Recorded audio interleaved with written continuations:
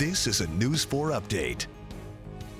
Thank you for choosing News 4. I'm Marissa Hollowed. Kent Earhart is joining me here because, Kent, a winter weather advisory is in effect right now. And by the time some of you see this, you are already into the ice and snow across the area. We have a winter weather advisory in effect, and that remains in effect through midnight for most of the viewing area here today.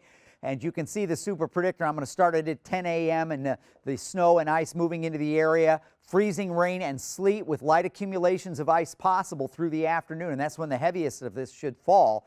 And as we get into late this afternoon and this evening, especially this evening, around sunset or perhaps just after, temperatures should actually warm above freezing so that overnight it's all rain. But notice it's a pretty good rain. So this is, and you know how soaked we were before all of this started. So some of this is going to run off and could cause some localized flooding problems where you've already seen flooding problems. They could be aggravated.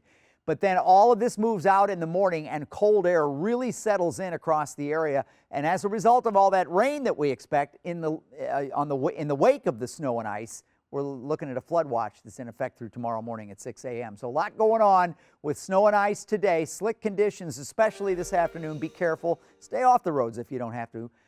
Falling temperatures on Saturday. After the rain ends, it'll be dry, it'll be windy. Temperatures start off in the morning in the mid-40s and then fall through the day into the 30s. And then, boy, cold air settles in. Wind chills on Sunday morning will be in the single digits. The temperature in the teens and the high only 22 on Sunday, 23 on Martin Luther King Monday, and a winter air mass remains in place into next week. Thank you, Kent. MoDOT and IDOT trucks are working as we speak to pre-treat the roads. MoDOT has 200 trucks on the road right now laying down treatment.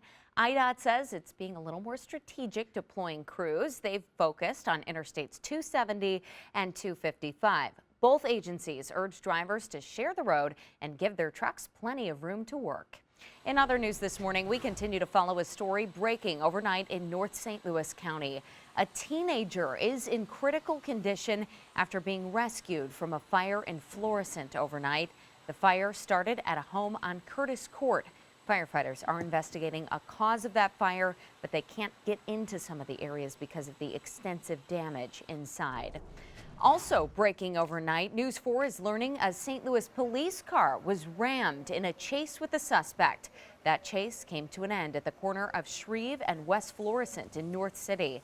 Police say just after 10 o'clock, officers tried to stop a man. That man reportedly used his car to strike an officer and his patrol car. Right now, police tell us 2 suspects are in custody. We're told one has minor injuries. That's your News 4 update. Remember that we're always on KMOV.com and your KMOV News app. Have a great day.